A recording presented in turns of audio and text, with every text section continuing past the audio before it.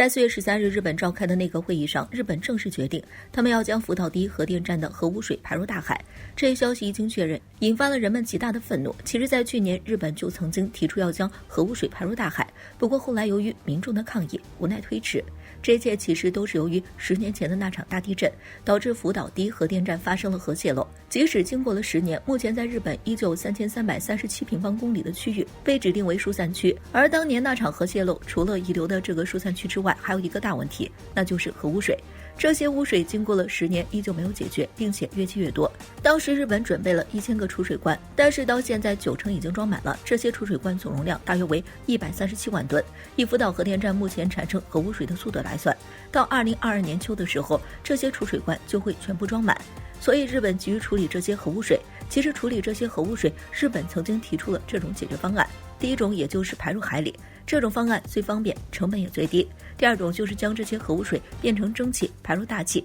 第三种是将它们沿着地下管道排入地层深处。第四种是电解处理。第五种就是将它们固态化埋入地底，而这种处理方法是最昂贵的，与直接排入海水相比，成本要高上100倍。而日本方面表示别无选择，他们只能将核污水排入大海。不过目前看了，日本只不过只选择了最简单、成本最低的一种方法，这引发了中国民众、韩国民众甚至日本民众的强烈抗议。因为如果将这些核污水排入大海，影响的可不仅仅是日本，而是全世界。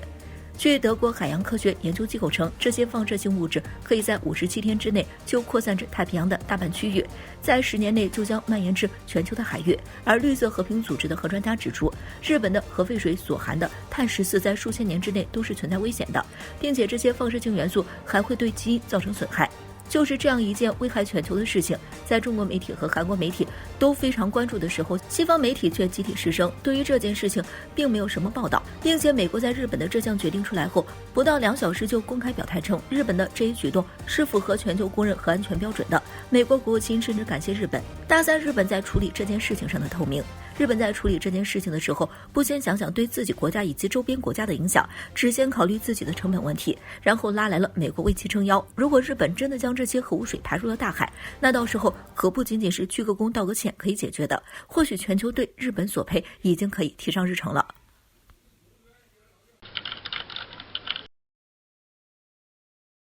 近一段时间，美国可以说是对俄罗斯开始实行了步步紧逼。近日有消息称，美国海军的2艘军舰将会通过博斯普鲁斯海峡前往黑海，并且还会在黑海地区航行一段时间。显然，美国海军前往黑海的这一举动就是针对俄罗斯。对此，俄罗斯方面也发出了警告。据俄罗斯卫星通讯社报道，俄罗斯的外交部副部长表示，美国海军的军舰没有任何理由靠近俄罗斯的海岸，他们这属于严重的挑衅行为，在考验俄罗斯韧性的同时，也在挑战俄罗斯的耐心。不仅如此，他还对美国发出了严厉的警告，最好远离克里米亚和俄罗斯，否则发生意外的风险很高。不得不说，美国的这一做法非常危险。俄罗斯目前的态度十分明确，如果美国胆敢胡来的话，俄罗斯方面肯定会予以还击。那么，美国军舰在黑海做出出格举动的话，俄罗斯又会如何去对付他们呢？对此，有军事观察人士给出了分析。据军事观察人士分析，黑海可以说是俄罗斯的靶场，航行在黑海的2艘美国军舰就是靶场中的移动靶标。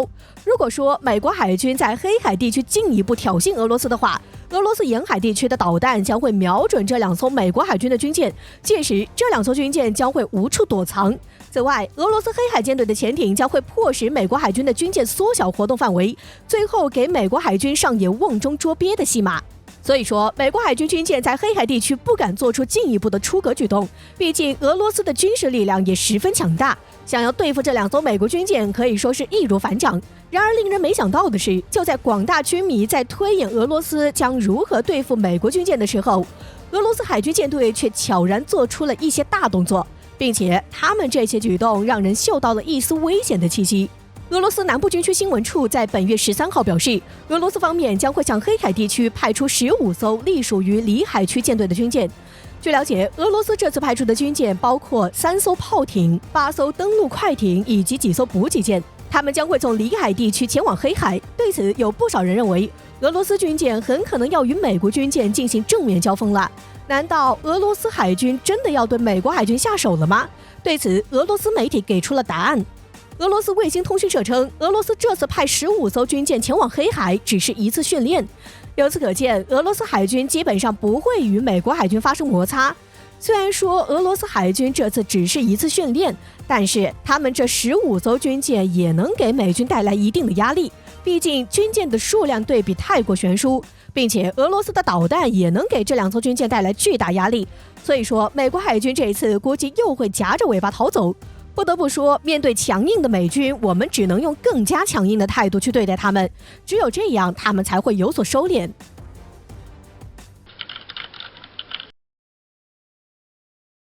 众所周知，美国一直将中国视为其霸权地位的主要挑战者。拜登上台以后，更是极力拉拢盟友们与华对抗。近日，美军航母与2栖攻击舰先后进入南部海域，并且还在前不久与日本举行了军事演练。就在印太地区局势动荡不安之际，英国也按耐不住，想要来刷一下存在感了。据新华网援引俄媒报道称，近日英国外交大臣拉布对媒体表示，英国已经准备向印太地区派遣航母战斗群，因为在英国脱欧以后，亚洲成为其经贸战略转型的首选方向之一，所以向该地区派遣航母是为了巩固英国在亚洲的位置。而俄罗斯专家则认为，英国此举显示了他们与中国对抗的决心。另外，德国此前也曾宣布要派1艘护卫舰前往印太，还有法国海军想一并参与。很显然，这是以美国为首的西方国家有意与中国进行对抗，想一起在中国周边海域对我国形成围堵之势。面对这种情况，我国该怎么办呢？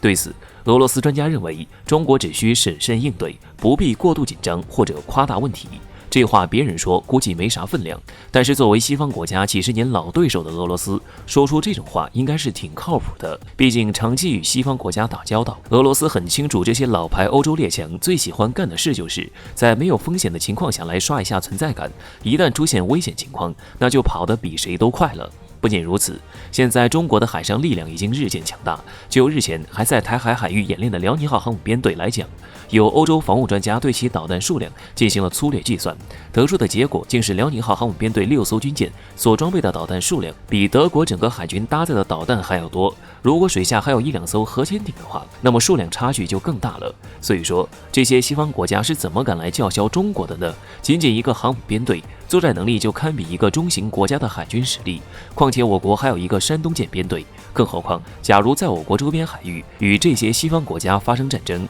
我军还能得到岸基航空兵、火箭军的远程火力支持。就我国目前所拥有的各种远程精确打击手段，一旦火力全开，估计美国海军都扛不住，更何况是那些老牌欧洲列强。最后我们想说，美国现在的战略就是所谓的群狼战术，他们想联合这些西方国家来围堵中国。虽然表面上是气势汹汹，但实际上除了美国，其他国家都不足为惧。正如俄专家所说，我们大可不必紧张，只需要集中力量对付美国这只头狼，把头狼打趴了，那么这群狼战术就不攻自破了。